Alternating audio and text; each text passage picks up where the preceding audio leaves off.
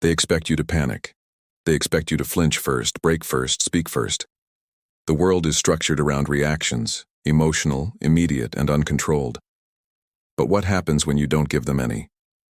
When you sit in the middle of chaos with an expression carved in stone and a mind as still as a frozen lake? That's not just calm. That's power. And no one understood that better than Machiavelli. Let's get one thing straight. Calmness isn't peace. It's not softness. It's a weapon, but only when you know how to use it. Most people think being calm means being passive, disengaged, or letting things slide. They confuse stillness with weakness. Machiavelli would laugh in their face, because for him, calm wasn't a default state.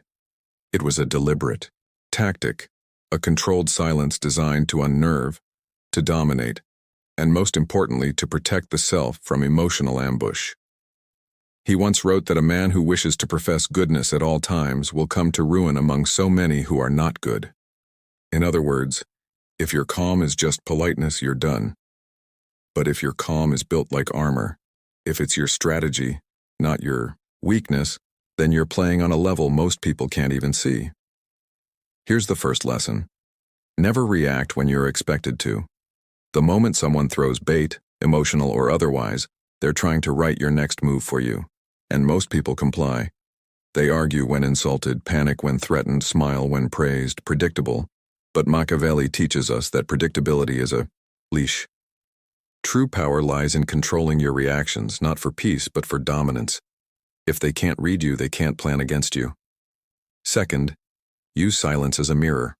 When someone speaks too much, listen more, not to understand them emotionally, but to expose them strategically. People will fill silence with truth they didn't intend to share. They'll project their own fears, biases, and goals onto your quiet. Machiavelli would often let others speak themselves into traps. A calm face and focused eyes made people desperate to explain themselves to fill the void. And the more they spoke, the more power shifted to the one who stayed still. Third, detach from praise. This one's subtle. Praise is often used to disarm you. It softens your edge, makes you want to maintain the image they've praised. But Machiavelli would argue that external validation is one of the most dangerous addictions. The calmer you are when praised, the more unsettling it becomes. Why?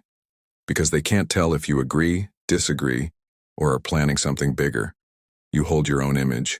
You don't borrow theirs. Fourth, slow down the tempo.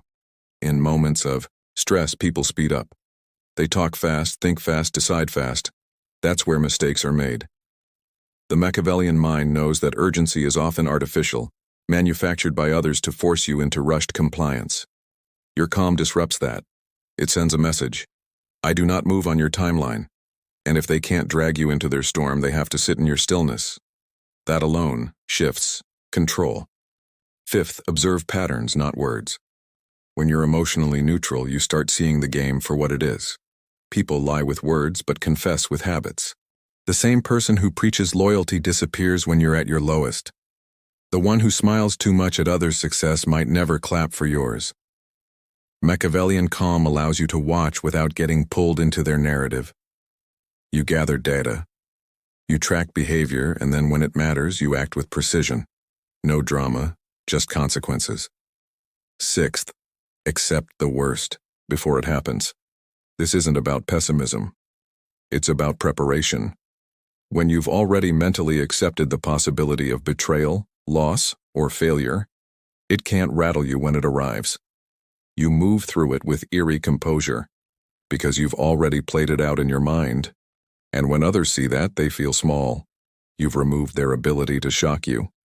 That's psychological dominance. Seventh, mask your ambition. Calm doesn't mean lack of desire. It means disciplined hunger. The truly dangerous man doesn't announce what he wants. He moves toward it quietly with a neutral face and unwavering steps. Machiavelli warned against appearing too eager for power. Instead, be underestimated. Let others believe you're content, passive, indifferent. Then, when they lower their guard, you strike clean, cold, and without warning. Eighth, build a mind that doesn't crave justice in the moment. Most people want fairness now. They want apologies now. They want to be understood now. But Machiavelli didn't believe in the morality of instant justice. He believed in outcomes. Being calm in the face of unfairness doesn't mean you're okay with it. It means you're collecting interest. Every wrong done to you becomes a silent debt, and when the time is right, you collect not with anger, but with elegance. 9th, always calculate emotional cost. Every reaction you give costs something. Your time, your energy, your image. Machiavellian calm involves budgeting your emotional currency.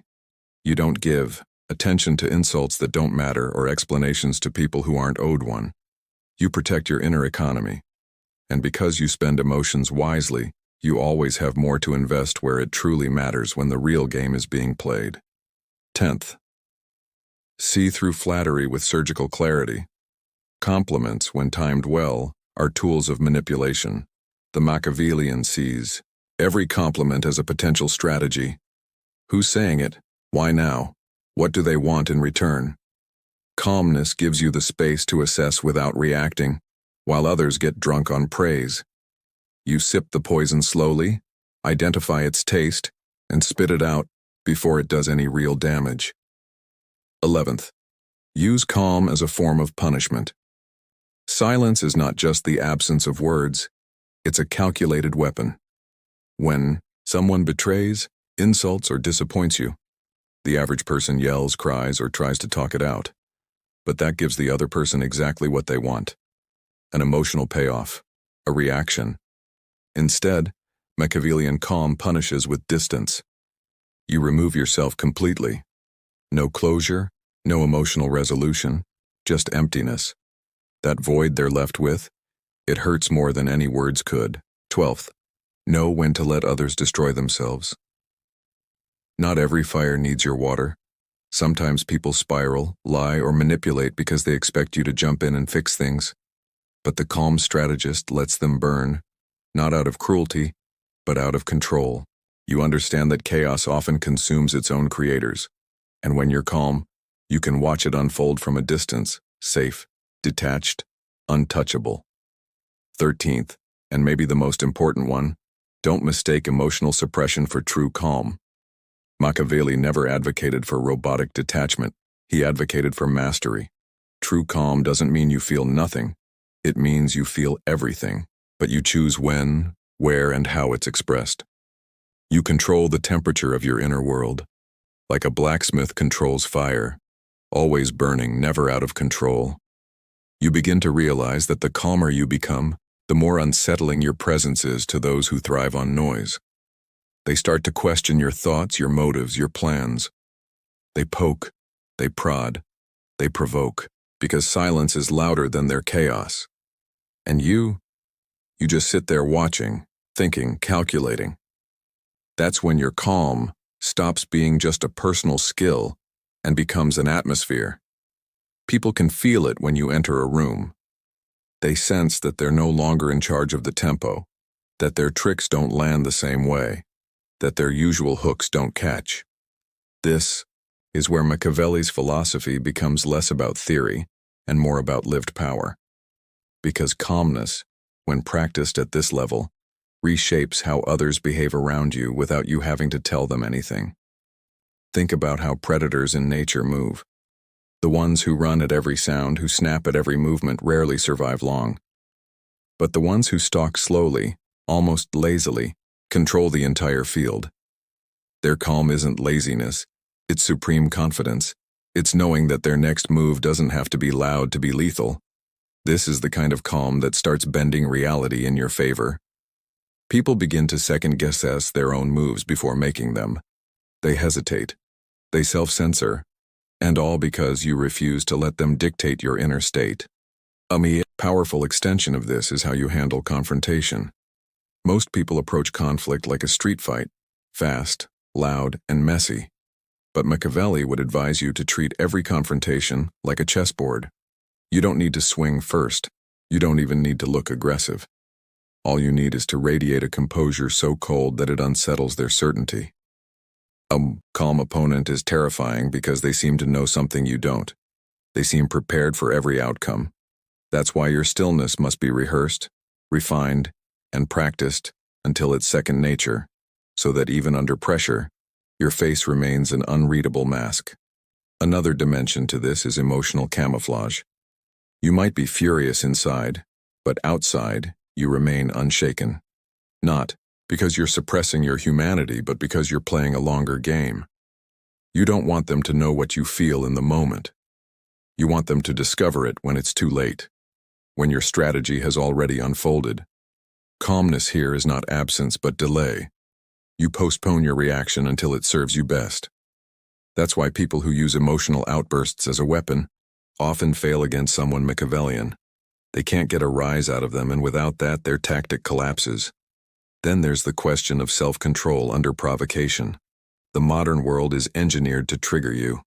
Notifications, headlines, insults, comparisons. Everyone is shouting. Everyone wants your attention. But if you take Machiavelli's view seriously, you understand that every attention grab is an attempted leash. If you get angry at a post, a comment, or a rumor, you're on someone else's string. Calmness severs that string. It's the quiet refusal to be recruited into someone else's war. That refusal over time makes you immune to most of the manipulation that traps ordinary people. But don't think this makes you untouchable without effort. It takes a disciplined interior life to maintain. Machiavelli's philosophy of calmness isn't a quick hack. It's a practice of constantly auditing your impulses. Every time you're about to respond, you ask, who benefits if I react right now? Sometimes the answer will be, no one but yourself. Most times, though, you'll see that reacting gives someone else power. And in that second, you learn to hold it back, to let the silence do the talking. That's when you stop playing their game and start making them play yours. There's also a subtler effect at work. When you master calmness, you force people to reveal their true priorities. Someone trying to manipulate you expects resistance. When you don't give it, they overexpose themselves. They push harder, make bigger mistakes, or show their cards too soon. Your calmness becomes a diagnostic tool. It's like holding a mirror up to them. They show you who they really are because they can't figure you out. That's how Machiavellian calm turns into intelligence gathering. You don't just stay neutral. You extract information from their frustration. And this state of composure does something even deeper inside you. It creates a mental distance from your own ego. Most of us defend our pride on impulse. We take things personally. We want to prove people wrong right away. But Machiavelli would consider that foolish. Why? Because instant defense is still reaction. It means someone else set the frame and you stepped into it. The truly calm person doesn't defend at all.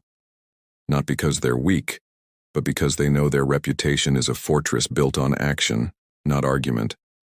Over time, people stop challenging what you don't bother to defend. Once you reach this level of calmness, your timing becomes lethal. You're no longer reacting to events. You're shaping them. You learn to wait until people are most vulnerable, most distracted, or most overconfident before you act. And when you do, it's decisive. This is what makes the Machiavellian approach so unnerving to others. They never see it coming because you gave them no tells. Your calm wasn't a pause, it was a setup. One of the most underestimated powers of calm is how it disorients aggressors. An angry person expects an angry reply. A loud person expects a louder comeback. When you meet aggression with poise, their script breaks. They start stumbling, doubting, recalibrating. Some will even try harder to provoke you, revealing their desperation. Others will back off completely, sensing they're outmatched. In both cases, you win without fighting. Your calm becomes a psychological chokehold, but you also have to know when to break your own stillness. That's the paradox. If you're calm all the time, people may start to believe you're incapable of strong action. So every now and then you strike fast, sharp, unexpected. This shows that your calm isn't inability, it's choice. It teaches others that your silence is dangerous, not passive. Machiavelli understood this rhythm. Stillness as default, sudden movement as message. It's the pattern that predators use in nature. Motionless until the kill. And through all of this, remember, Calmness doesn't mean isolation. It doesn't mean never expressing emotion. It means you've built a space between stimulus and response so wide that you're no longer a puppet. In that space, you decide who gets access to your inner world, who deserves your reaction, and who only deserves your silence. That's not just self-control, that's sovereignty. When you practice these lessons long enough, your life starts to look different. Conversations slow down. Conflicts feel less urgent. Opportunities appear where, before there was only noise. People start treating you with a strange respect, even fear. And you stop being tossed around by every gust of emotion because you've built your own center of gravity. Calm isn't something you have anymore. It's something you are. That transformation isn't obvious at first. You'll still have moments when your heart races, when your hands want to clench, when your tongue itches to respond. But something inside you knows better now. It whispers, hold, wait, watch. That voice is the product of discipline, not temperament. It's the Machiavellian calm that doesn't come naturally. It's forged. And every time you listen to it, instead of the chaos, you get stronger, more impenetrable, more sovereign. You'll begin to notice how emotional people try to make you feel guilty for not reacting the way they want. They'll say you're cold, distant, uncaring. That's their manipulation disguised as morality. Because when someone can't control you emotionally, their next move is often moral shaming. Machiavelli would have advised you to expect this, to see guilt not as an invitation to self-reflect, but often as a weapon wielded to bind you. And when you stay calm in the face of that accusation, you expose their dependence on your compliance. It's in these moments where you must internalize a brutal truth. You are not responsible for how others feel about your silence. Their discomfort is not your burden. Their confusion is not your cue to explain. You've already exited that game. And now every emotion you do show becomes more powerful, more meaningful because it's rare. That's the paradox of calmness. It doesn't make you less human. It makes your humanity more expensive. You'll also see how calmness in negotiation changes everything. Whether it's business, relationships, or influence, the person who's more emotionally controlled usually ends up with the better deal. Because desperation leaks, neediness screams, but calm whispers power. When you act like you can walk away at any moment without flinching, you start to control the frame. They try harder to keep you. They offer more. They lower their guard. And you're just watching the pieces shift, choosing when to press forward. That same principle applies to status. In any room, the most visibly calm person is rarely at the bottom of the hierarchy. Even if they aren't the loudest, even if they don't speak often, their presence creates gravity. They're the eye of the storm. Others unconsciously orient themselves around that stillness because it signals certainty. And certainty is rare. You don't get that by forcing it. You get it by knowing your internal world better than anyone knows theirs. This calm becomes especially potent when paired with mystery. You don't overshare. You don't explain your moves. You don't advertise your pain or your plans. People start to fill in the blanks, and their imagination often paints you bigger, stronger, more capable than you are. Machiavelli understood that ambiguity is a form of power. Let others project their fears and fantasies onto your silence while you quietly refine your next step. You also stop apologizing for the wrong things. Most people say sorry to smooth over discomfort, but discomfort is often exactly what you need. Calmness teaches you that silence can hold tension longer than words ever could. So you let people sit in their own unease. If someone crosses a line, you don't lash out or explain. You withdraw. You let your absence teach them what your presence was worth. The right people will understand. The wrong ones will accuse. Either way, you win. But you don't become cold. That's where many get this wrong. True Machiavellian calm isn't emotional frost. It's emotional control. You still feel deeply, maybe more than most. But you've trained yourself not to act impulsively.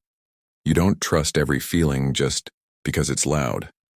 You observe your emotions like data, signals, not instructions. That's the difference between emotional intelligence and emotional slavery. And when people see you feel, but only when you choose, They realize just how far outside their control you really are.